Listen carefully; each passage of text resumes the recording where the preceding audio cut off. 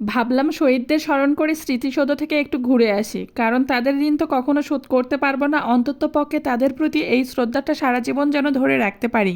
এই একটা দিনই তো আমরা তাদের কথা স্মরণ করে তাদেরকে মনে করি, শ্রদ্ধা করি, সম্মান করি। যাই হোক, কথা বলতে বলতে চলে আসছি স্মৃতিসৌধে। এরপরে ঘুরে ফিরে দেখছিলাম সবাইকে স্মরণ করছিলাম, প্রে করলাম। চারিদিকে দেখছিলাম ছোট বাচ্চারা কত আনন্দ করছে। এই বয়সে আমরাও আনন্দ করতাম, বয়স বাড়ার সাথে সাথে বুঝি আনন্দের পরিমাণটাও কমে যায়।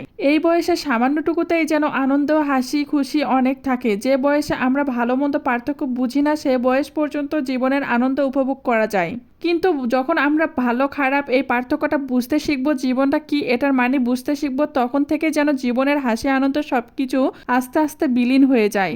এখান থেকে ঘুরে ফিরে চলে যাচ্ছি বাজারে বাজার করার জন্য। বাজারে যাওয়ার পথে দেখলাম ফুটপাতে অনেক অনেক দোকান বসেছে। আগে ফুটপাতে ফাস্টফুড জাতীয় খাবারের দোকান বসলেও এই শীতের কারণে অনেক পিঠাপুলির দোকান বসেছে। একটু দূরে সামনে দেখতে পাচ্ছি দুই ভাইয়া মিলে পিঠা বানাচ্ছে, বিক্রি করছে। শীতের সময়ে পিঠার একটা যেন উৎসব পড়ে যায়। গ্রামের বাসায় বাড়ি বাড়ি এই শীতের সিজনে পিঠাপুলির ধুম পড়ে যায়, আর শহরে এরকম ফুটপাতের রাস্তা, ইভেন রেস্টুরেন্টে পিঠা উৎসব চলতে থাকে।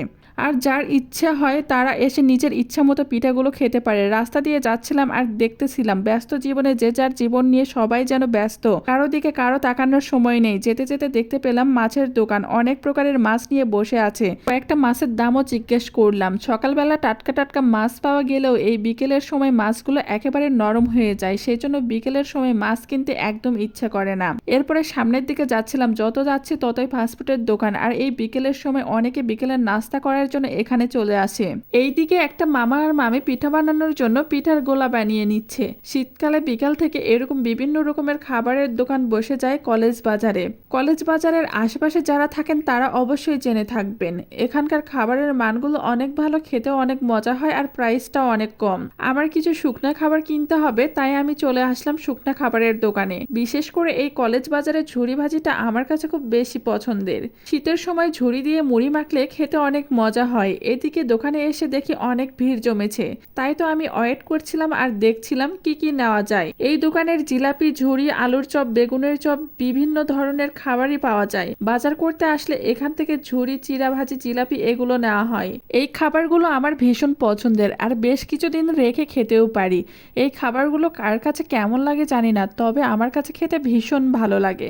আপনারা যারা আমার মতন এরকম ভাজা পোড়া খেতে পছন্দ করেন তারা অবশ্যই কমেন্টস করে জানাবেন। যদিও ভাজা পোড়া স্বাস্থ্যের জন্য ক্ষতিকর, কিন্তু খেতে খুব মজা লাগে। এরপরে চলে যাচ্ছে কাঁচা বাজারে, যেগুলো যেগুলো আমার পছন্দের সবজি সেগুলো কিনবো। আমি আবার খুব বেশি বাজার করতে পছন্দ করি না, বিকজ কাঁচা শাকসবজি টাটকা টাটকা রান্না করলে বেশি স্বাদ হয়। সেজন্য জাস্ট 2-4 দিনের জন্য বাজার করি। 2-4 দিন যা যা প্রয়োজন ছিল সেগুলো কিনে নিয়ে চলে আসলাম।